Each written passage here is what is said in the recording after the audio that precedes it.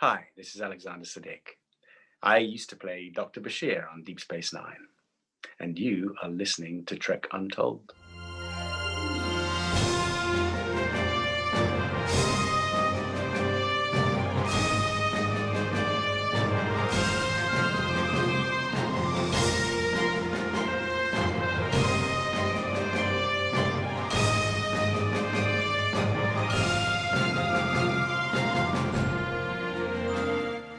Hello and welcome to Trek Untold, the Star Trek podcast that goes beyond the stars. I'm your host, Matthew Kaplowitz. 2020 has been a crazy year for me in this podcast. I've had the opportunity to chat with a lot of professionals in a variety of fields whose work I've admired very much, and it's been a wonderful year for me being able to highlight many of these folks who don't typically get the spotlight they deserve. That said, even though the motto of this show is to showcase the people who aren't in the opening credits, I've broken that rule a bit this year. And you know what? I'm going to do it again because rules are made to be broken. If you don't believe me, ask pretty much any Starfleet captain who's broken the Prime Directive again and again and again. Today, we are joined by the man who played Dr. Julian Bashir for all 7 seasons of Star Trek Deep Space Nine, Alexander Siddig. He's in a new movie that comes out on December 18th called Skylines, which is the end of the Skyline trilogy of sci-fi films. And in this movie, Alexander plays General Radford, and we're going to spend a bit of time discussing Skylines and what's going on with that series. But of course, this is Trek Untold, so we're going to have plenty of Star Trek Deep Space Nine stories to discuss today, including a few notable episodes and guest stars he worked with, along with some other great stories from different moments in his career, and the usual obscure things that I like to dig up here on Trek Untold from people's pasts. That might sound very ominous, but trust me, it's not. It's going to be a really fun one.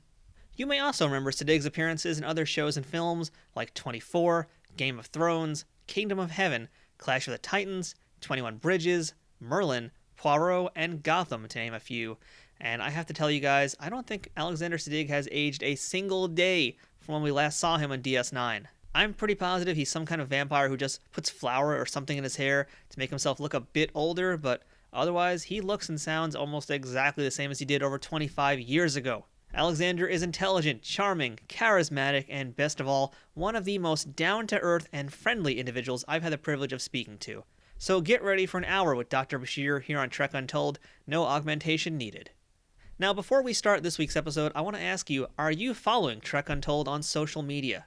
If you're not yet, please make sure to check out Trek Untold on Twitter, Instagram, and Facebook, so you can get the latest updates on the guests we're speaking to each week, along with all sorts of other great things we show. If you've been enjoying this show, please consider supporting us by checking out our merchandise on teespring.com/stores/trekuntold, where we've got mugs, t-shirts, cell phone cases, and all sorts of other crazy stuff you can buy to show off how much you love Trek Untold. Or please consider supporting us on Patreon by visiting patreon.com/trekuntold. We've got a few different benefit tiers that help us out and give you a little something extra each week for the show. If you're a new listener or a regular listener who hasn't done this yet, please, of course, don't forget to subscribe to us whether you're watching us on YouTube or on iTunes, Google Podcasts, Spotify, or any other audio or video platforms you might find this show. And if you've been enjoying Trek Untold, whether it be the audio version or the video version, please make sure to leave a rating and review on iTunes or wherever you're checking out the show. Or if you're watching it on youtube.com/nerdnewstoday, make sure to leave a comment and give us a thumbs up. Those little tiny things that'll take you a few moments to do will help this show out for light years to come, and ensure that other people are able to find Trek Untold and give it a listen. And if you're a member of this audience who has already done one or several of those things already, thank you so much for your support. And if you haven't had a chance to do any of those things yet, we still thank you very much for choosing to listen today to Trek Untold. There's a ton of other Star Trek podcasts out there, and there's only so many hours in the day, so we really do appreciate you choosing this one to check out for the time we're spending with you now. I'd also like to make a quick shout out to our sponsor at Triple Fiction Productions, who makes some amazing 3D printed Star Trek inspired dioramas and props for both Star Trek action figures and Star Trek fans in person. Whether you're a cosplayer or a toy collector, there's plenty of stuff to check out from Triple Fiction Productions, but you're going to hear a little bit more about them later on. So without further ado, let's begin this week's episode. Computer, access interview file. And welcome back to Trek Untold, and now joining us on the opposite side of the screen, Trekkies know him best as Dr. Bashir from Star Trek Deep Space Nine. We know him today as Alexander Siddig, because that's his real name. Alexander, how's it going today? Very good. Thank you for asking. Not bad at all. How about yourself? I'm doing, I think, a little better than you are today, because you've been doing media calls for all day today, so I know you're tired. Back to back. Yeah, media calls all day, back to back. But it's fine. It's for a good cause. It is, yeah, because we're going to talk first about a new film you're in that's called Skylines. This is the finale of the trilogy in the Skyline series. It started back in 2010. We're wrapping up here in 2020. Did you know much actually about Skylines before you took this role? Nothing, not a thing, not a Scooby. Didn't have a clue about what was going on. For those who don't know what not a Scooby is, it's not a Scooby Doo. It was a very interesting project to get through the mail. My agent sent it to me and said that they'd love to consider me for this role, and I read it, and I was like, "Whoa, I haven't read a script like that for a long time." And I've never been in a movie like this, so that really appealed to me because those sort of movies aren't getting made anymore. Very, very rarely. They used to be made quite a lot in the 70s and the 80s. I'd say there's definitely some perfect casting here because you play General Radford. He's this charismatic. It's pretty much the part made for you, to be honest. I can't really think of anyone else that could do this part as well. And of course, you always look good in the uniform. But can you tell us a bit about General Radford? Love a uniform. Can you tell us a bit about who General Radford is? He's basically the head of the resistance on Earth, and through one thing and another, an invasion, and then a pandemic. There's a bunch of aliens who are getting really ill. They have been, I guess, domesticated is the best word I can think of, but they're about to revert, and because of this disease. And if they revert, they far outnumber the humans, and they'll be in a lot of trouble. So they've got to find a way to turn the clock back and stop them reverting. And basically, General Radford, who is patriarchal figure, your standard general, who has responsibility, he feels political responsibility over everything on the planet. And he gets the team together of crack troops to go to the alien planet called Cobalt Blue, which is too far away to travel to in any normal way, but they've figured out through a wormhole that they can get there in record time. And the only person he needs for his crew is this one woman who is, I would say, a half biracial, alien and human, called Rose, who played pretty amazingly, I have to say, by Lindsay Morgan. So eventually he manages to persuade her, and then everything kicks off. And that's where the movie truly begins. And you mentioned Lindsay Morgan. She's a very underrated actress. She's really coming to her own, especially in Skylines. What do you think about the time that you spent with her? I was really impressed. Not she's a lovely person, but everyone's a lovely person. You expect them to be a lovely person. What she did that's really difficult to do, and I don't think I've seen it very often, certainly not in a movie, is to play an action hero from as a woman, from a female action hero. Often it's like fudge, a square peg into a round hole, trying to be too masculine, trying to do something that the gender doesn't, your gender conflicting, basically. Now that's not to get into a whole gender political argument, which is minefield. But although I'm incredibly sympathetic to that argument, I just don't have the ammunition to really come on one side or the other. But I do think that Lindsay can be a steel bitch and this absolutely charming person at the same time, which, Tomb Raider didn't make it. It was always, the imbalance was not there, but the balance is perfect. She is utterly credible as someone who would whoop your ass if you got into trouble with her. And that's partly because she's an athlete and she does act brilliantly. So that does the charm side of it. So she's got it all. There's definitely some hints of Major Kira in there as well, for sure. Oh, yeah. Major Kira, yeah, absolutely. So I gotta say, I watched the movie, I got to see an advanced copy of it, and the visual effects are stunning in this. I was really, really into those. Yeah. What was your reaction first time you ever saw those aliens?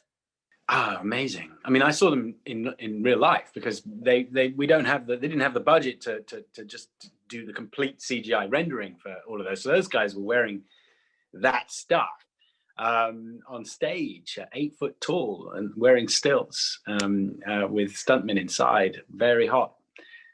It was pretty amazing.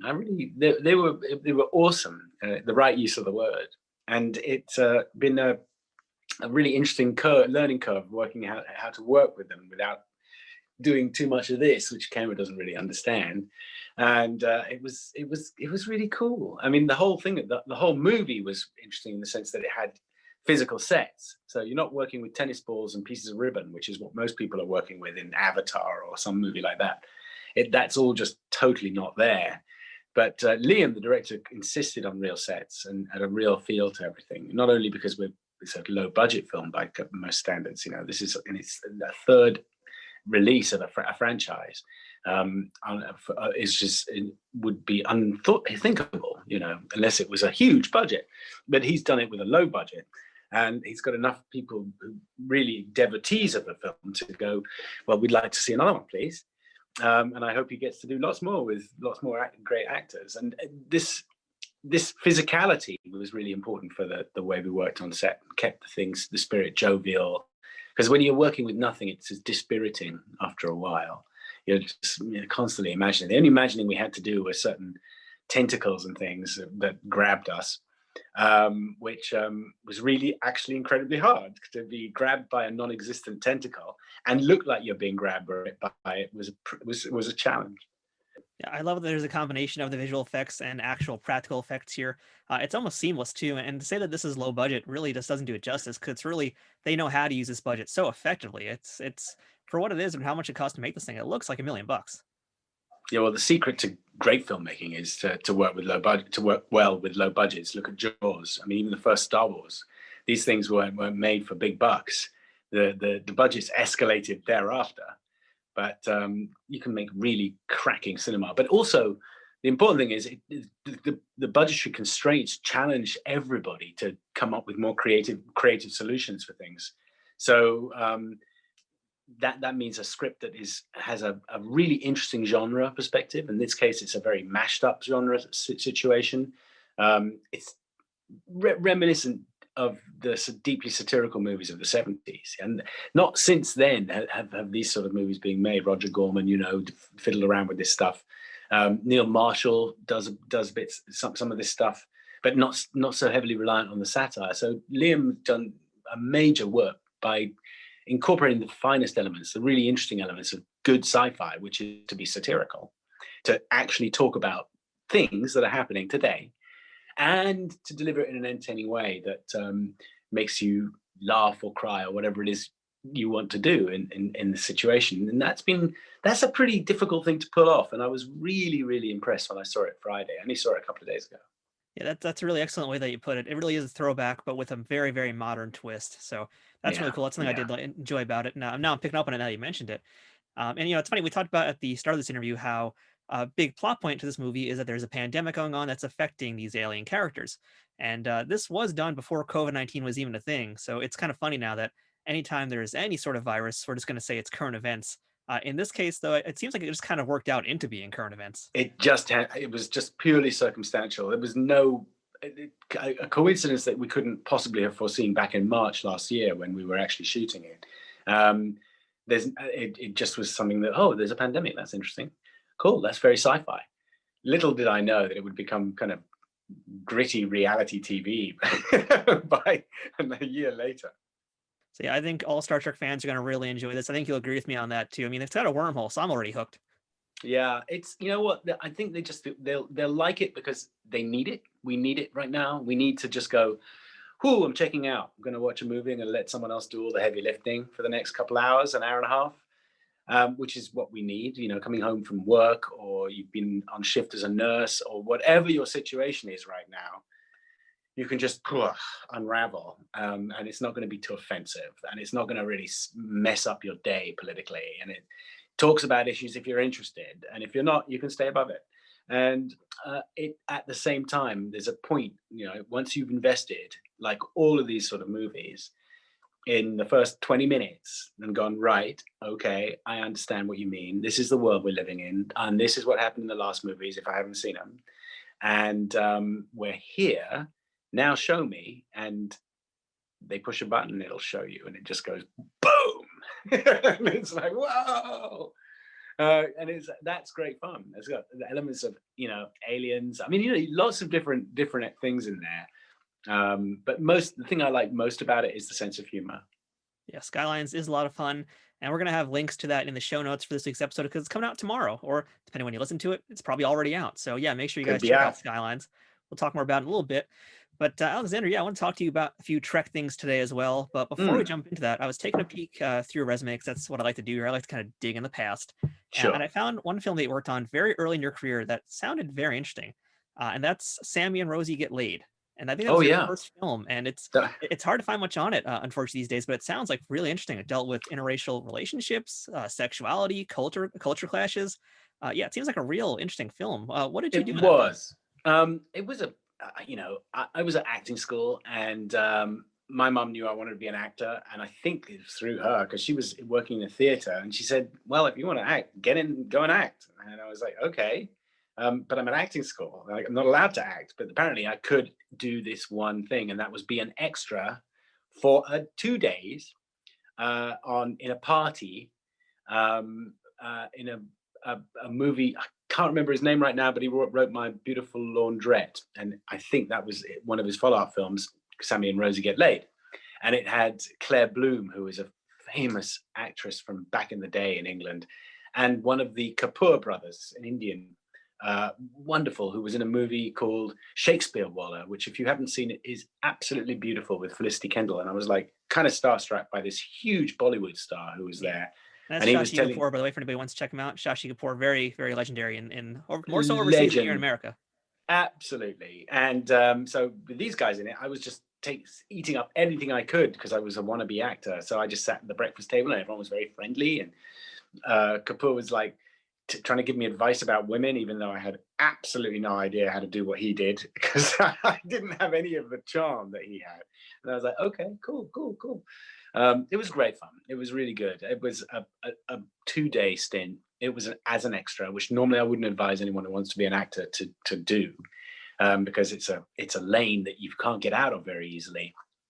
Once you're an extra, you kind of end up staying an extra. And if you want to cross the ropes, you have to do all sorts of cartwheels, and you need a lot of luck. And you already need a lot of luck to be an actor. So that was a fascinating 2 days of my life, put it that way. But I was really at school. Now, Roland Gift is also in this film. He's from Fine Young Cannibals, lead singer in that group. Were you there the day he was there as well, or one of the days he was there? Yeah, it was a party where he was there. I mean, and he was like a huge star too. It was, Fine Young Cannibals. God, that really takes me back. I absolutely remember that. What an amazing voice he had. I didn't see the film, to be honest with you. It was probably a little bit. It was a slightly unusual film. It's one of those unusual films that I didn't get to see it. That just didn't come around for me. Well, I'm glad you remembered it because it drove me crazy. And Fine Young Cannibals reference, you know the rest. So I also wanted to ask about 21 Bridges, because you were in that recently as well. I know you didn't share any scenes with Chadwick Boseman, but I'm wondering if you had any memories of him at all from your time on that movie. Poor old Chadwick. He came and introduced himself, which was a pretty decent thing for him to do. Hollywood stars are often very gracious, and he is no different. Was no different, sadly. But he had a big entourage. And I was sitting there, I don't know where I was, on a chair outside a hallway in a scene that we were shooting that was so difficult for me, so bloody, literally. I had prosthetic on because I'd shot myself. Someone had shot me in the eye through a peephole in a door. I don't recommend it as a real thing, and I don't recommend it as an acting thing. It's very uncomfortable for a long time because you've got this wet goo on you for hours, and they keep replenishing it because it dries up. So as soon as your blood starts to dry up, they go, oh my God, your blood's drying up. Here's some more, and it's just going into your underpants. And so I was sitting there on the chair, like looking like death warmed up, and this big entourage came in, this group of people. There was security people, and there was makeup fluttering around, and hair people, and it was Chadwick Boseman. And I'd seen him, in the Black Panther, but I hadn't seen any of his other work. But I was just amazed by him in a Black Panther, and I loved everything it stood for. And he just broke away from his group and came up and said, "Hey, just want to say hi. Really nice work you've done over the years." And I was like, "That's very sweet." He's like, "Well, have a good day." And he went. That was basically my experience of Chadwick Boseman until I heard, like just with everybody else a couple of months ago, that he sadly passed away, and he must have been ill then. I just didn't know, because you don't, that kind of disease doesn't arrive and immediately kill you. You're fighting it for a year or so. I know my mom fought it for several years, so he must have known for quite a while. So it's very courageous to keep going and keep trying to make something happen, trying to encourage people to expand their horizons about the kind of people they're willing to accept. Yeah, it's really amazing. Chadwick left us all just so many great gifts with his acting, and just how much he kept going through time. That must have been so difficult to even do anything. So yeah, I'm glad you got to meet him. Yeah, I'm glad I got to meet him too. Trek Untold will return momentarily. Trek Untold is brought to you by Triple Fiction Productions. If you're a Star Trek cosplayer looking for props, or toy collector looking to spice up your shelves, Triple Fiction Productions has you covered. Triple Fiction Productions produces affordable and unique 3D printed Trek-inspired products from the original series, Next Generation, Deep Space Nine, Voyager, Enterprise, and the movies. You can expect the same amount of care and attention to detail in any of the items in their catalog, whether it's a prop replica for use in a fan film, or a part of a cosplay, or accessories and playsets for figures from Playmates, Migos, or Diamond Select. Own your very own tricorder or phaser rifle with working lights, the bridge of the Enterprise E for your Playmates figures, or any other item from countless species and ships from the Star Trek universe. All products are 3D printed in the USA and are constantly evolving and improving based on fan feedback. To learn more about their products, visit them at triple-fictionproductions.net or on Facebook at facebook.com/triplefictionproductions. Triple Fiction Productions, taking Star Trek where no 3D printer has gone before. Hello, everyone. I'm Armin Shimmerman. Perhaps you know me better as Quark from Deep Space Nine.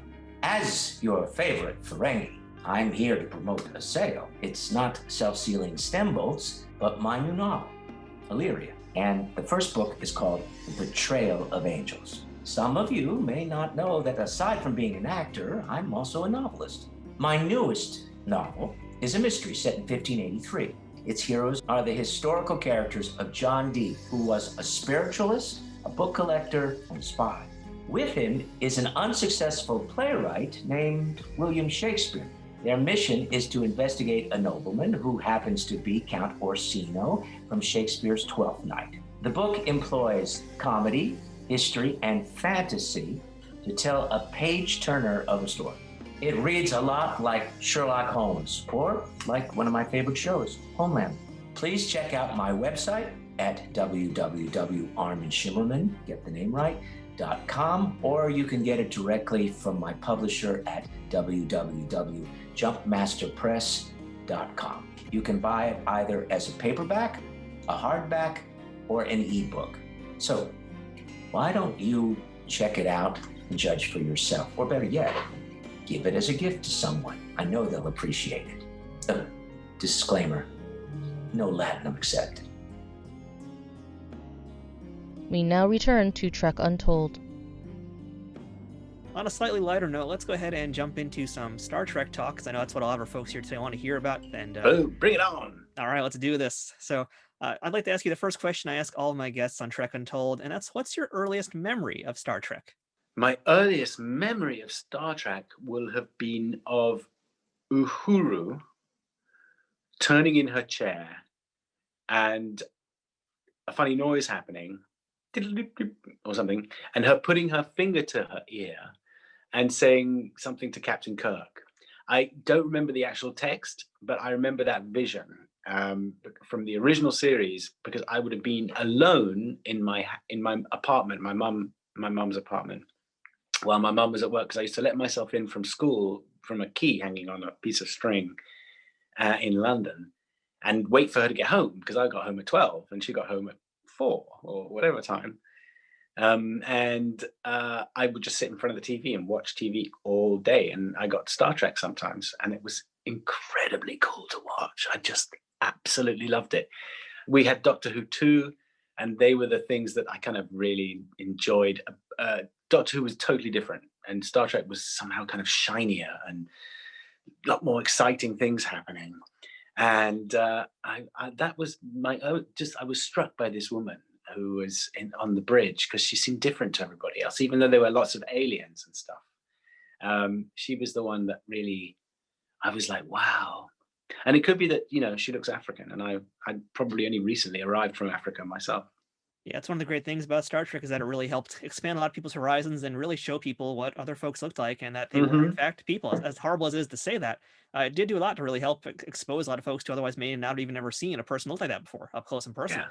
Yeah, absolutely. I mean, that's kind of one of my missions, especially with the Muslim Arabic world, is to introduce people to those guys. And I take a lot of roles with those characters over the years.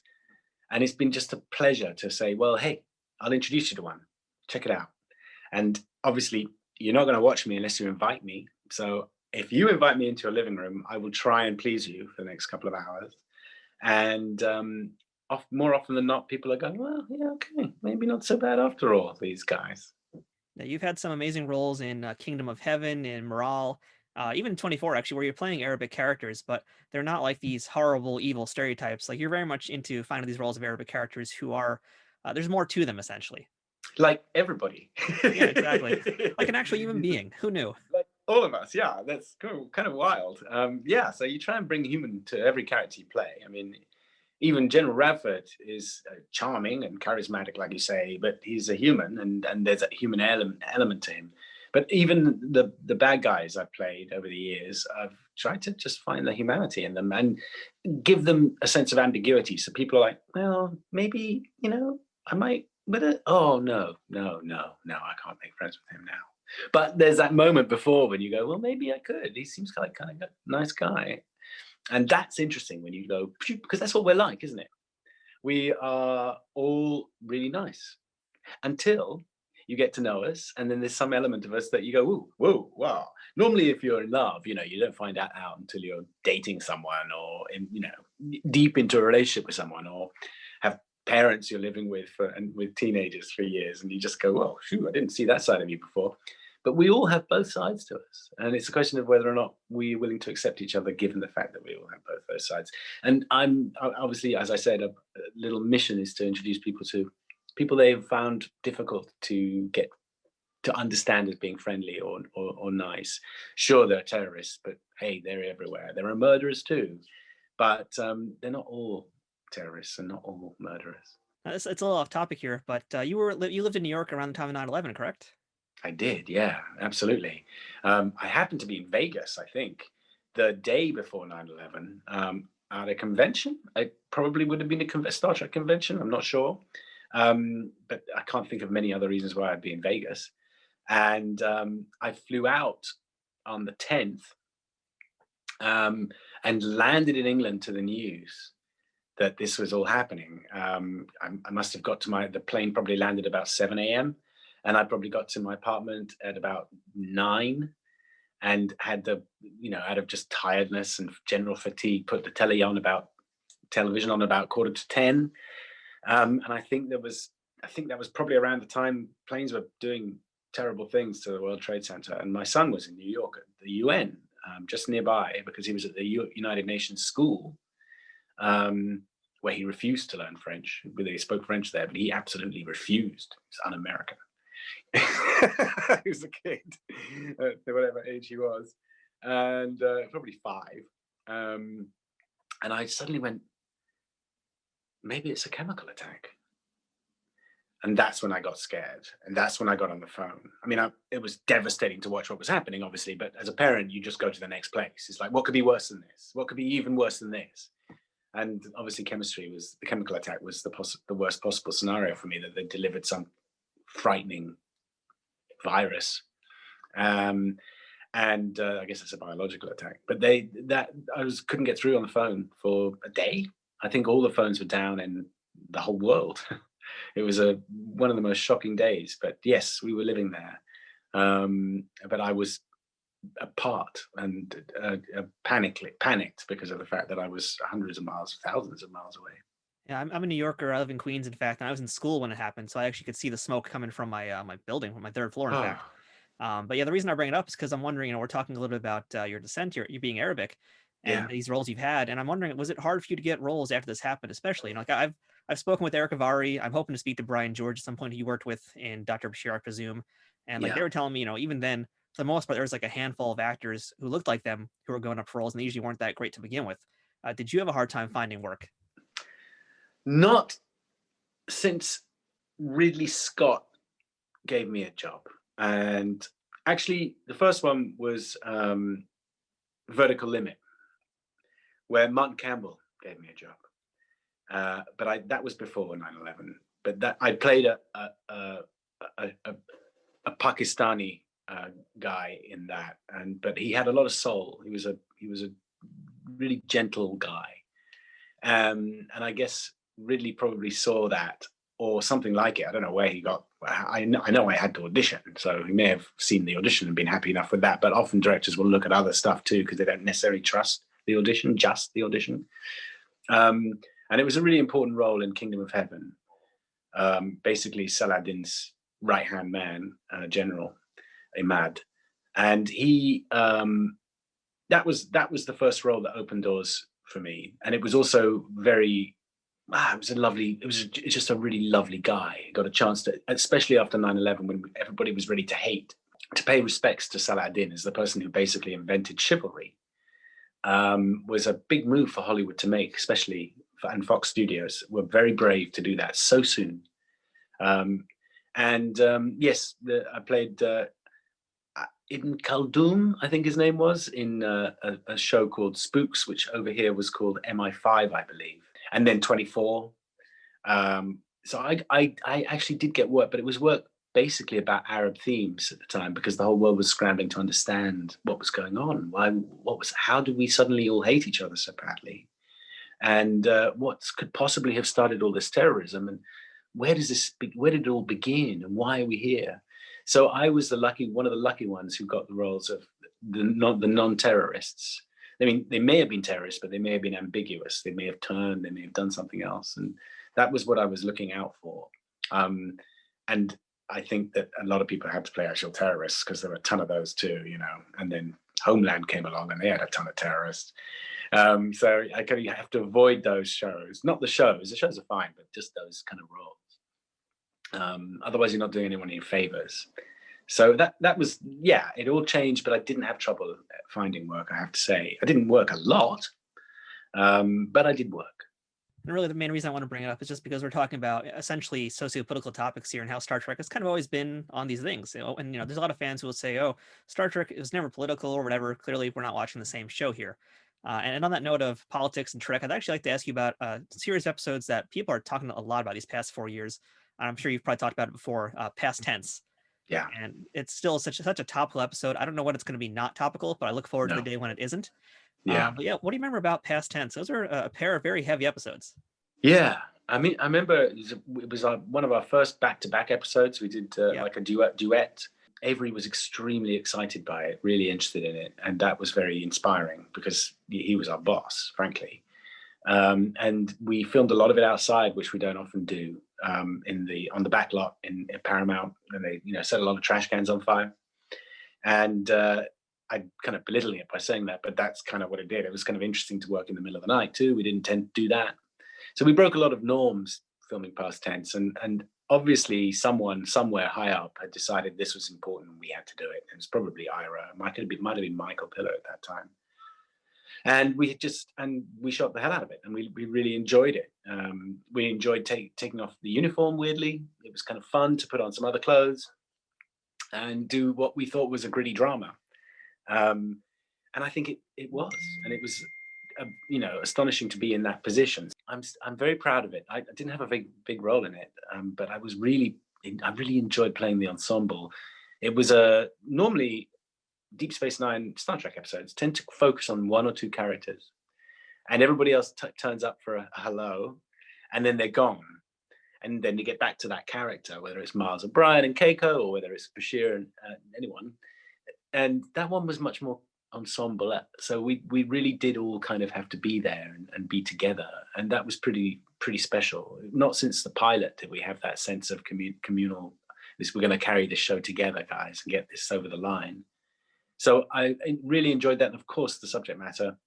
You know, I was probably in my late 20s, so I was pretty vapid about that, all those subjects. I really didn't know much about it. It's like, oh yeah, okay, I saw homeless guys. Yeah, cool. Yeah, well, it was really useless. And only since I got a bit older and had kids, particularly, that I went, "Whew, this is a problem. We have to deal with it. This is something. This is more than just homelessness, and this is more, you know, and this is about all kinds of things that are actually systemic.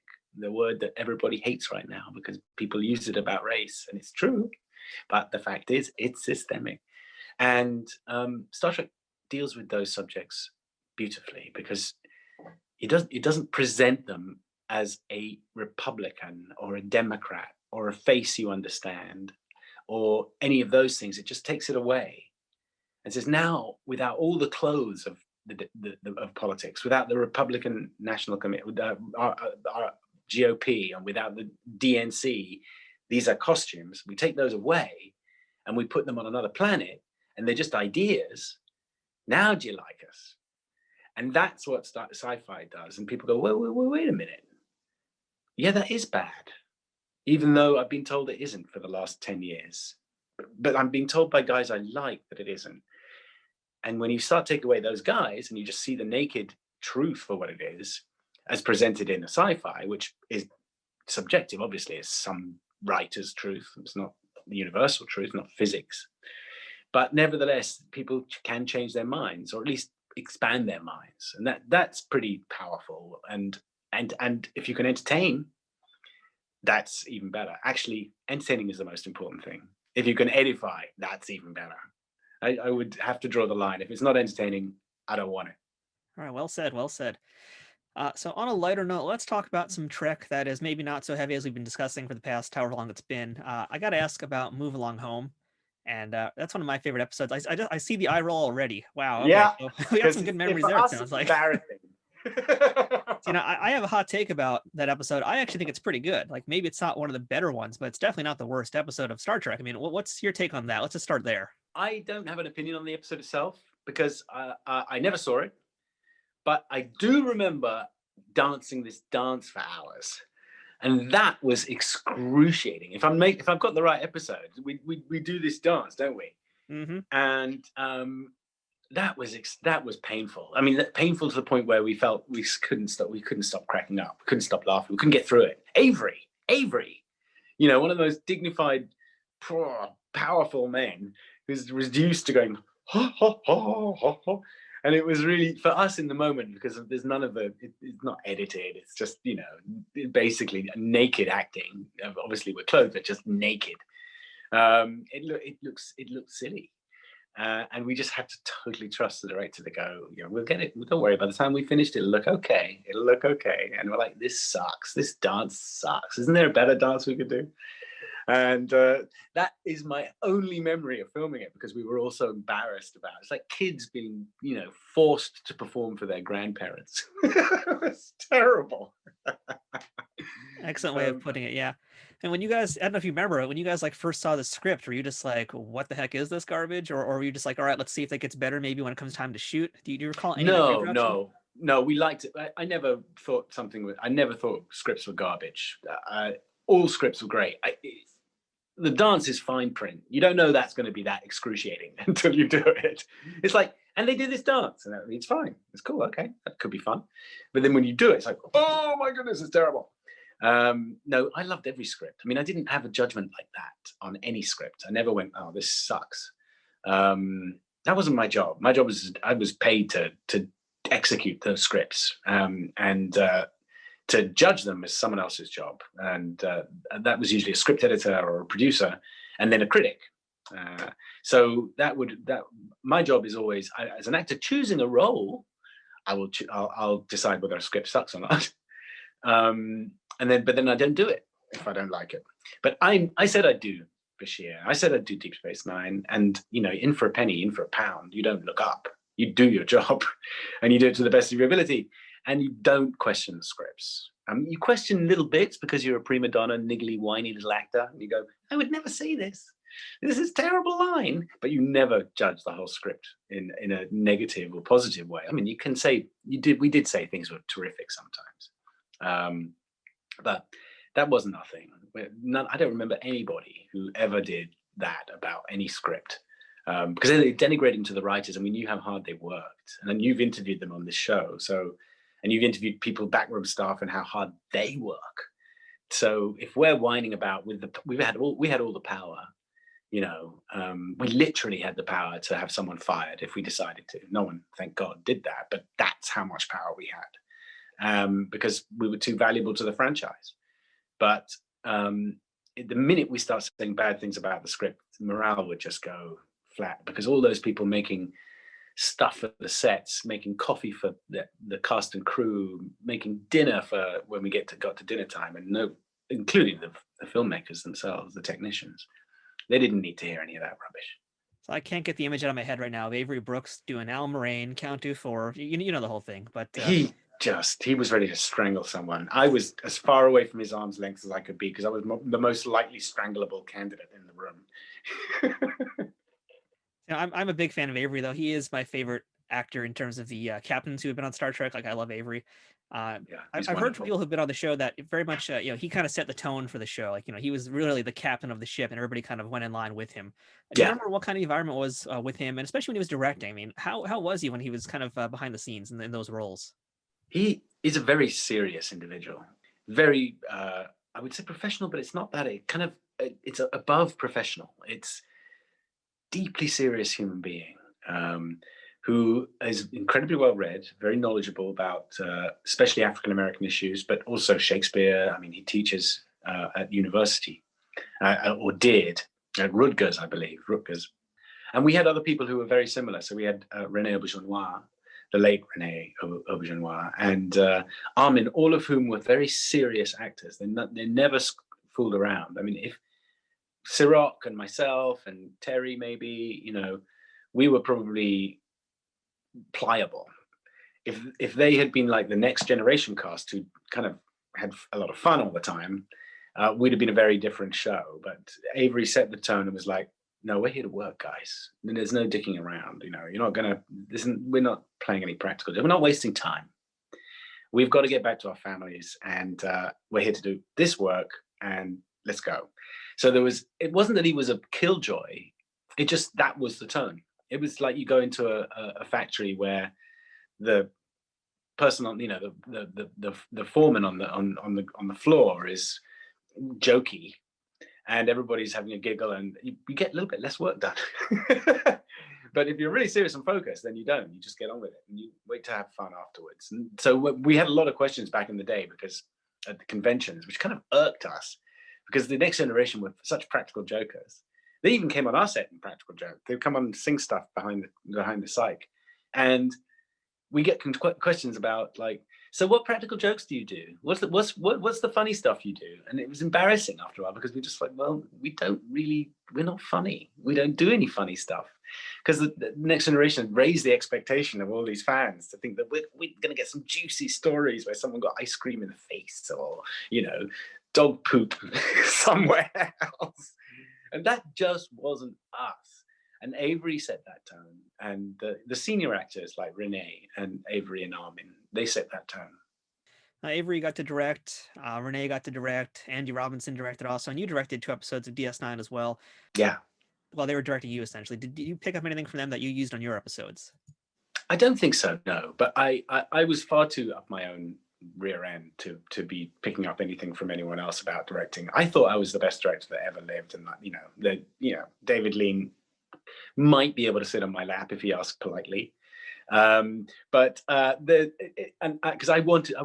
a director for many years, and I'd had a theatre company before and stuff like that, and to me directing Deep Space Nine was just swinging a camera around. So I wasn't a good example, but Avery was probably in the top 2 best directors we had on the show, I'd say. The shows he did, Far Beyond the Stars, there's several.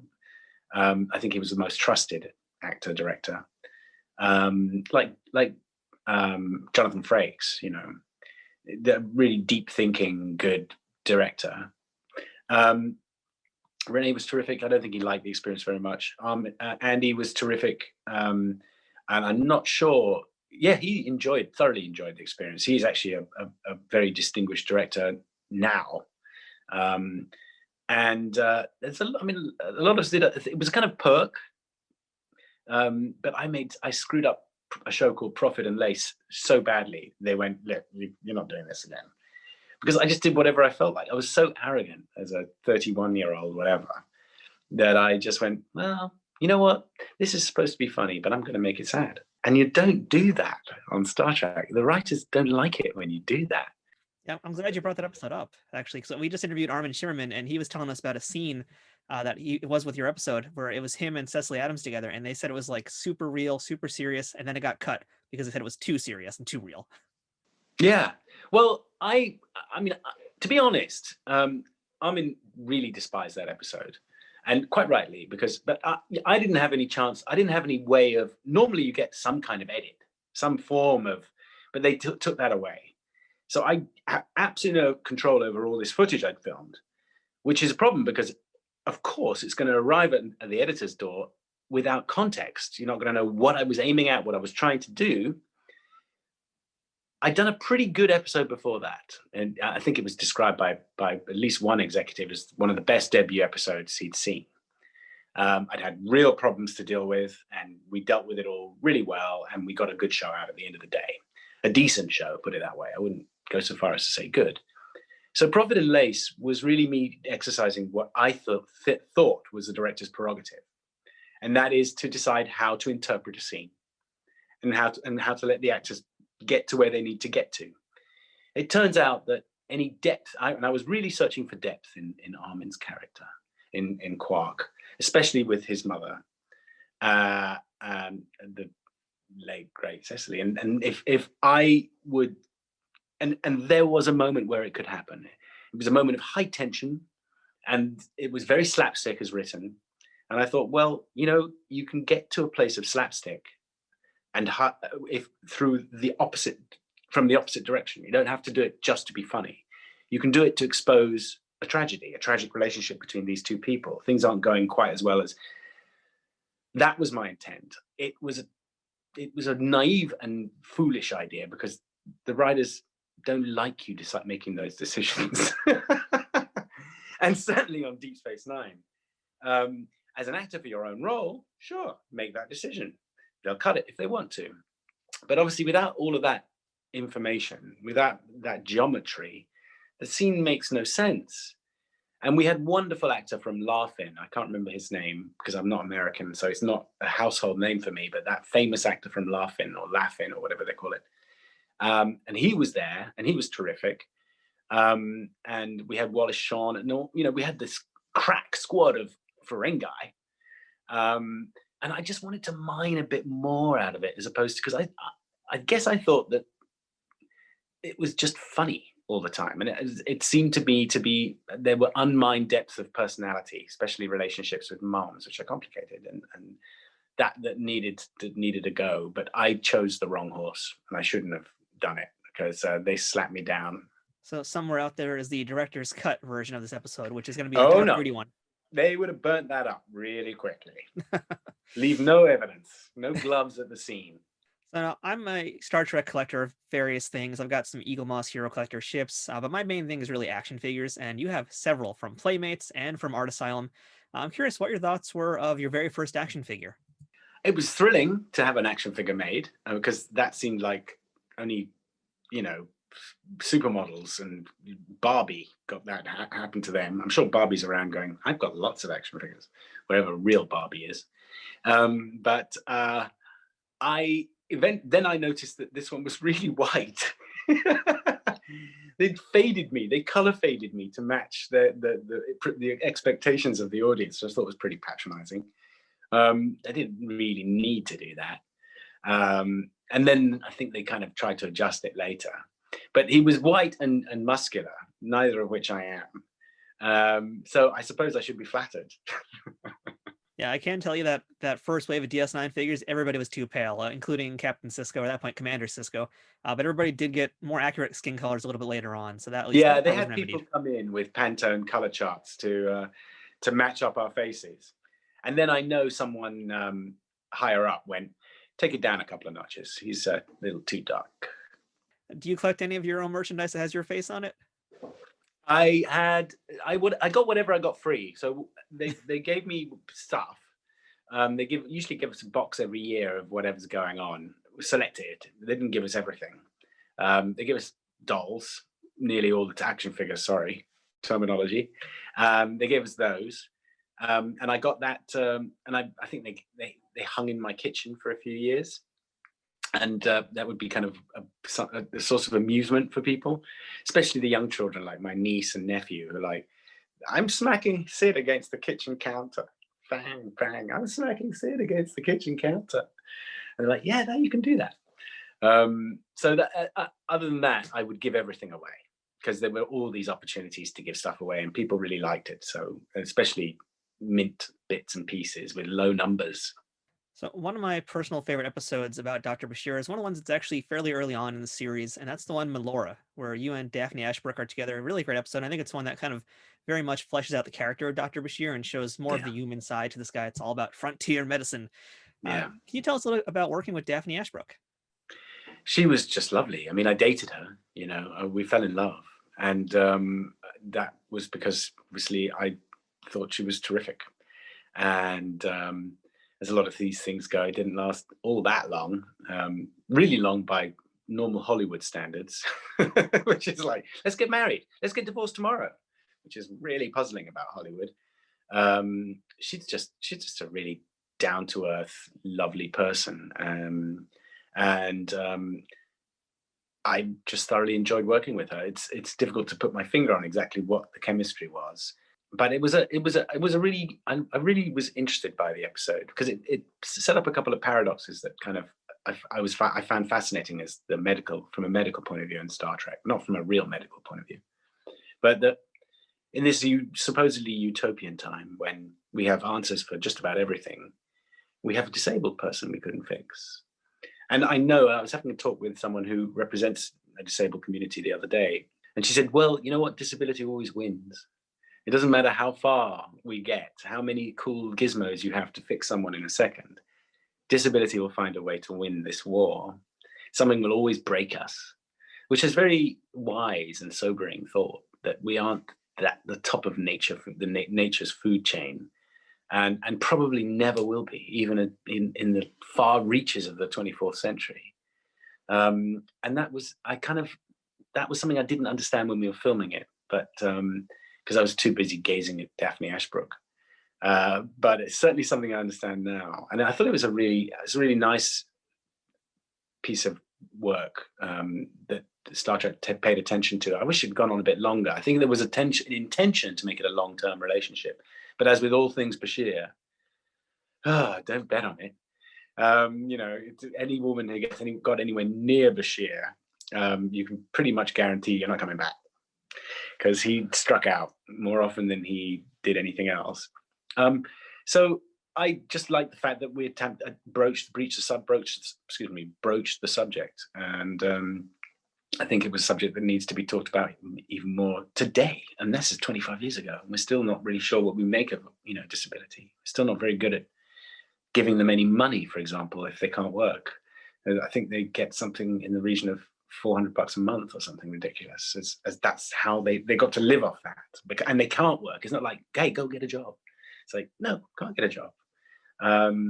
Obviously there are various different kinds of disability, but I'm really glad we talked about it, and it's high time it gets talked about again. I hope they talk about it in some other iteration of Star Trek, some other comfortable way of talking about something uncomfortable. So of the many guest stars that you've worked with on DS9, did you have one that you really gelled with the most, besides Daphne, I guess, in this case? Anyone who really, really appreciated working with and really got a lot out of you on screen? Well, Daphne for sure, but I don't think that was because she got a lot out of me on screen. Cheeky. I think it was, she didn't get anything. I don't want to insinuate that she got money or anything out of me. That's not the case at all. I think it would have to be Andy Robinson. I mean, he was a recurring, I know, but not a guest. But he just opened the door for Bashir, didn't he? I mean, he just goes, even though no one knew it at the time, nobody would have guessed. It was just a scene, two people talking at a Replomat, Bashir looking a little uncomfortable, but kind of giggly and giddy. That was a door that opened to a whole world of fan appreciation that has only really just been admitted to by anyone senior enough to make that admission. It opened the world to a whole gay fantasy that emerged as a result of that, which I think was so healthy. It opened the world to a lot of uncomfortable people finding comfort and solace in what that ultimately does is educate me. So as an actor, it makes me always try and keep my options open in terms of what I do on screen. And that's why you were talking sometimes about ambiguity in the characters I've been lucky enough to play. And that particular facet has been invaluable. And I don't think I could have done it I know it wouldn't have happened had not been that quirk of fate that Andy hovered around me in such a way in the Replimat and that the tiny little corner of the set with a little plant in front of me when I was young enough to be flustered by that kind of male attention, flustered and engaged at the same time, that it became the start of a trope, a thing, a whole subplot that just created vast amounts of fan fiction. And I don't care if homophobic, too bad. This was fascinating. And I think even the staunchest homophobe out there will go, yeah, you know what? Yeah, I'll give you that. You can do that. That's okay. And I think that was pretty great. So that taught me a lot about, I can be this subtle. Andy can be this subtle, and they pick it up. Wow, you picked that up. Because primetime TV wasn't doing that. Primetime TV was doing, gorgeous Jason Priestley bearing his pectorals, and whoever the women on Baywatch were bearing their pectorals. And it was like, that's pretty sucky. This is a bit more interesting. And I think that's the core group of fans probably really appreciated all that stuff and probably still do.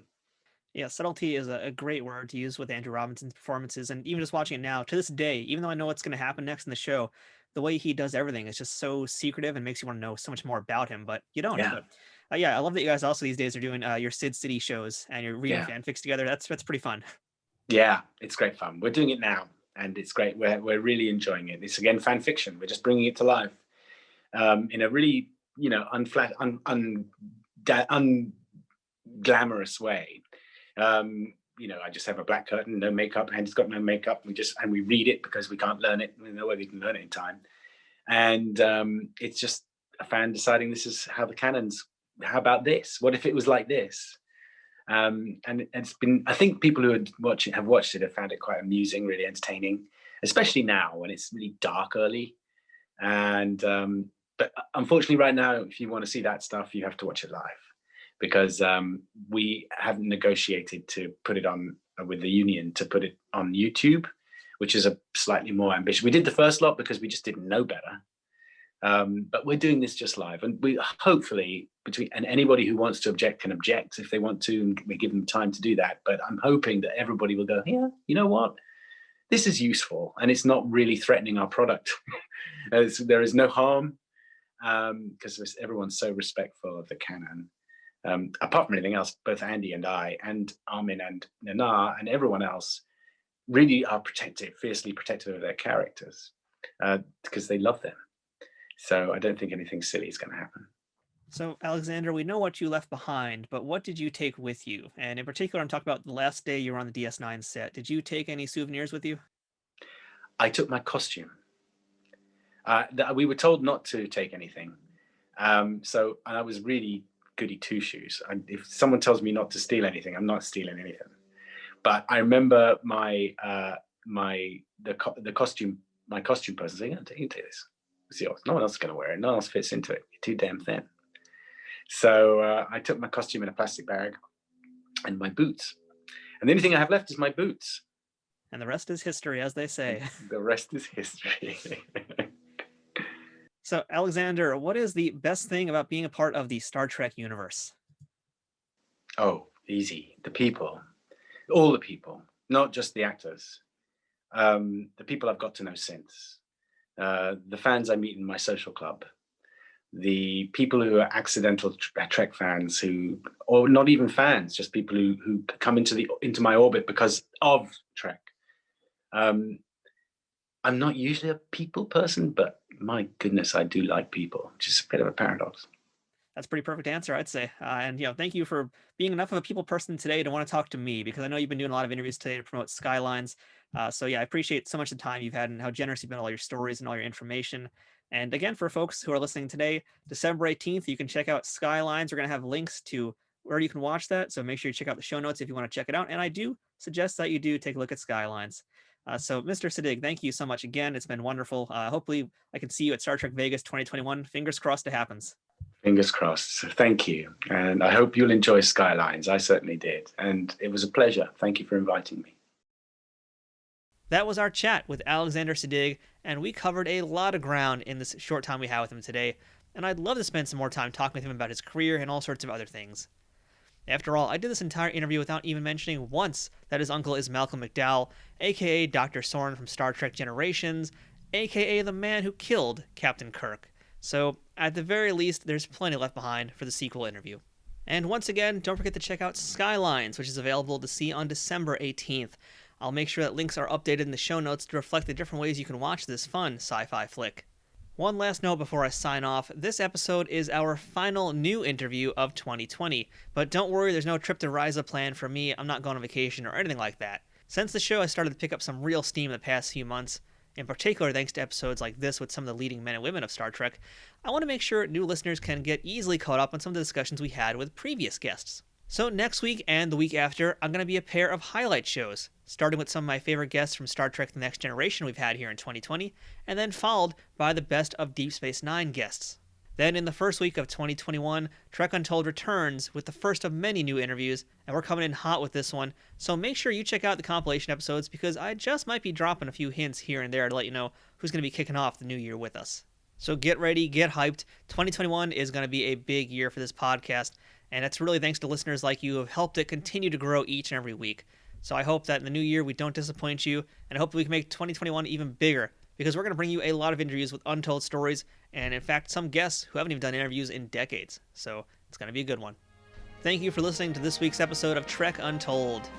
Whether you're listening to this show on iTunes, Spotify, Google Podcasts, or any audio platforms, or our YouTube channel, youtube.com Nerd News Today, please make sure you subscribe to whatever format you're listening to so you can ensure you get the new episodes of this show as soon as they come out. And that's every Thursday on audio platforms and every Sunday on YouTube for the video version. Please don't forget to check out our Teespring store to check out some of the merch we have for this show at teespring.com/stores/trekuntold. You can also support this podcast by visiting patreon.com/trekuntold to become a Patreon. We've got a few different tiers that offer some different benefits that you might enjoy, so please take a look if you can. If you want to get updates on who's going to be on the newest episode of the shows, please follow us on social media on Twitter, Instagram, and Facebook, all at Trek Untold. That's one word, no spaces, Trek Untold. But one of the biggest things you can do to help out this show is to interact with us. Whether that's leaving a rating or review on iTunes or wherever you're listening to this podcast, or leaving a comment or giving it a thumbs up on YouTube. It costs you nothing but time and helps out this show tremendously to get more attention and get more listeners to help this podcast continue to grow and expand. So until next time, I'm Matthew Kaplowitz. This has been Trek Untold. And remember, fortune favors the bold.